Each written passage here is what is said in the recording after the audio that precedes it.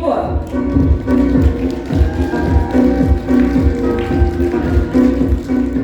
Шипучая вишня, которая всегда просит с вами, когда сходишь на субботу.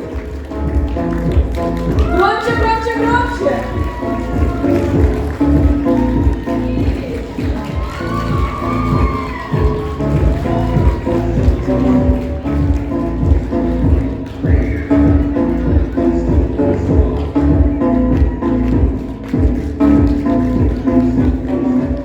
Из факультета, а любимая фраза на экзамене – это вам любимая песня фильма «Барби».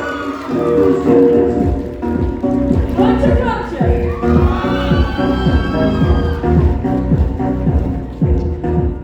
Помощь, Марина Сергеевна!